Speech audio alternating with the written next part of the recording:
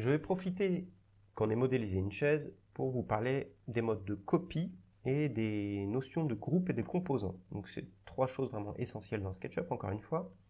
De toute façon, là, je pense qu'on voit que des choses essentielles. Pour illustrer ce que c'est que le groupe, c'est isoler cette forme dans une sorte de boîte. Et pourquoi on fait ça? Alors, je vais déjà vous montrer ce qui se passe si je veux créer, par exemple, une boîte, comme s'il y avait une boîte de poser sur la chaise. Donc j'ai créé un carré, un rectangle. Maintenant, je fais un pouce-étiré. Déjà, ça prend la matière de la chaise, c'est pas forcément ce que je voulais. Et puis ensuite, je vais faire une sélection englobante de cette boîte et je vais essayer de bouger la boîte. Regardez un peu ce qui se passe. Et je vais voir qu'il va se créer plein de trucs un peu bizarres. Hop, il y a des bouts qui viennent ensemble, machin. Voilà, ça modifie un peu tout et ça va souvent être comme ça. Donc c'est pas du tout ce que je veux. CTRL Z. Je vais isoler cette chaise dans une boîte, c'est-à-dire dans un groupe. Pour ce faire, je vais faire un clic, je vais englober la chaise dans la sélection, faire un clic droit dessus, et là, tac, tac, tac, tac, tac, j'ai créé un groupe. On verra créer un composant juste après, mais là, on va faire créer un groupe. On voit que la chaise est maintenant contenue dans une espèce de conteneur, là, qui est le groupe, en fait, une sorte de boîte bleue. Ce qui fait que maintenant, je ne peux plus, si je veux extruder par exemple le pied, je veux modifier un petit peu, faire des contours comme on a l'habitude de faire, je ne peux plus rien faire parce que c'est isolé dans le groupe. Je peux rentrer dans le groupe, il y a deux manières de faire ça. Soit je double-clique, c'est le plus simple. On voit que le groupe est venu s'illustrer en pointillé, ce qui signifie que je suis bien à l'intérieur et que maintenant je peux sélectionner des choses et remodifier, etc. CTRL Z. Et je peux aussi faire un clic droit dessus, modifier le groupe, ce qui revient au même. Pour en sortir, pour ressortir du groupe et le refermer, je peux faire... je viens juste cliquer à l'extérieur du groupe en fait. Mais là, je ne suis pas dedans. Je double-clique, je rentre dedans, je reclique à l'extérieur, j'en suis bien ressorti. Pourquoi j'ai fait ça? Je l'ai mis dans un groupe, ce qui fait que maintenant, si je vais dessiner une boîte dessus, je vais dessiner donc la surface, je l'extrude. Déjà, ça prend pas... ça ne se fusionne pas avec la chaise, donc ça ne prend pas sa texture. Et puis maintenant, si je veux la bouger,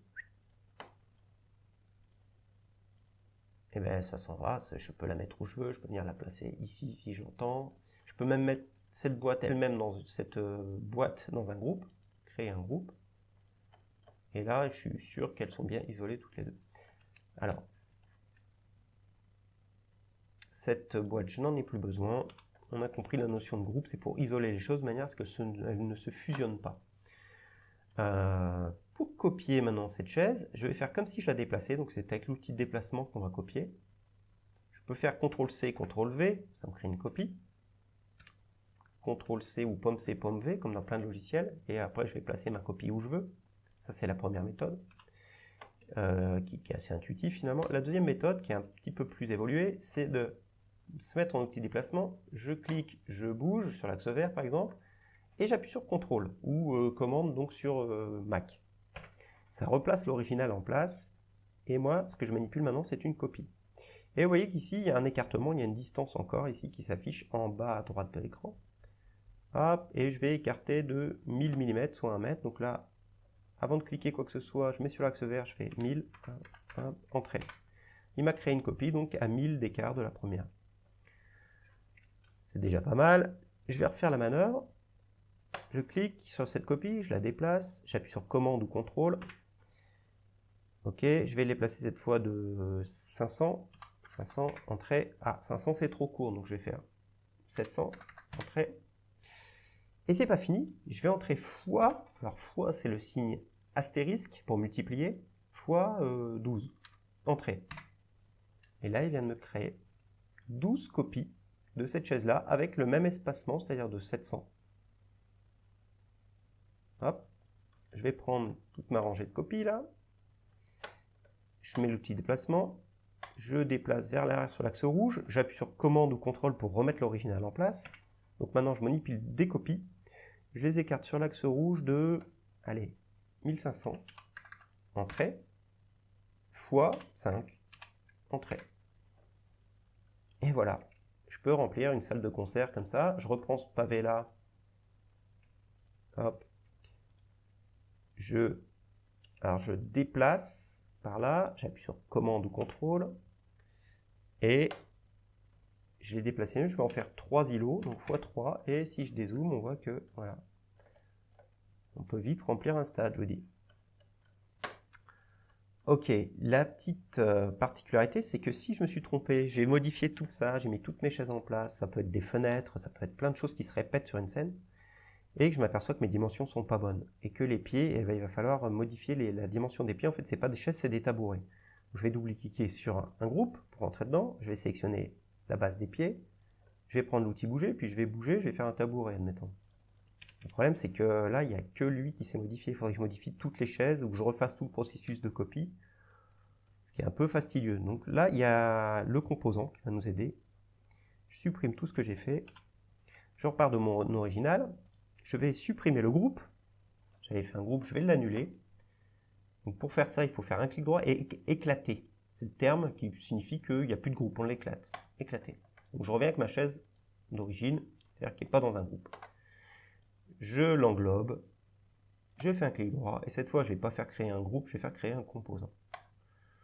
Je vais l'appeler, là on me demande, voilà, créer un composant, il y a une petite fenêtre qui apparaît, et je peux l'appeler chaise, par exemple, je peux lui donner un nom. Donc, pourquoi pas, quand j'aurai beaucoup de composants, c'est bien de les nommer aussi. Je vais créer. Visuellement, il ne s'est rien passé de différent, c'est comme un groupe, c'est-à-dire que ça s'est mis dans une boîte, je double-clique pour entrer dedans, je clique à l'extérieur pour en sortir, et maintenant, je vais en faire des copies. Donc, mode déplacement, je fais pareil, je déplace, j'appuie sur commande ou contrôle, je clique une fois. Ok, j'ai une copie. Cette copie-là, je vais refaire pareil, je refais une copie, je l'espace de 700 entrées fois 15 entrées. Je refais tout comme tout à l'heure. Je sélectionne ma bande de copies.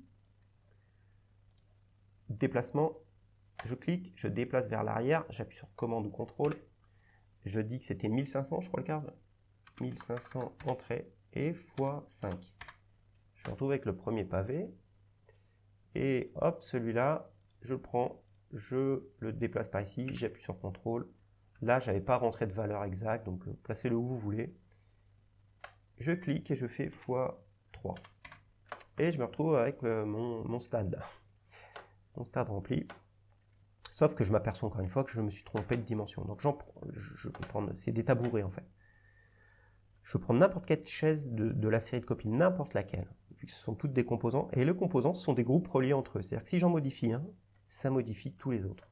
Ce sont des copies qu'on appelle instanciées, et si j'en modifie une seule, toutes les autres se modifient en même temps. Et je peux vérifier ça, par exemple si je veux faire une extrusion sur, alors ça va pas être très beau, mais je fais une extrusion ici, tac. Alors, je vais faire ça bien, tac. Ah mince.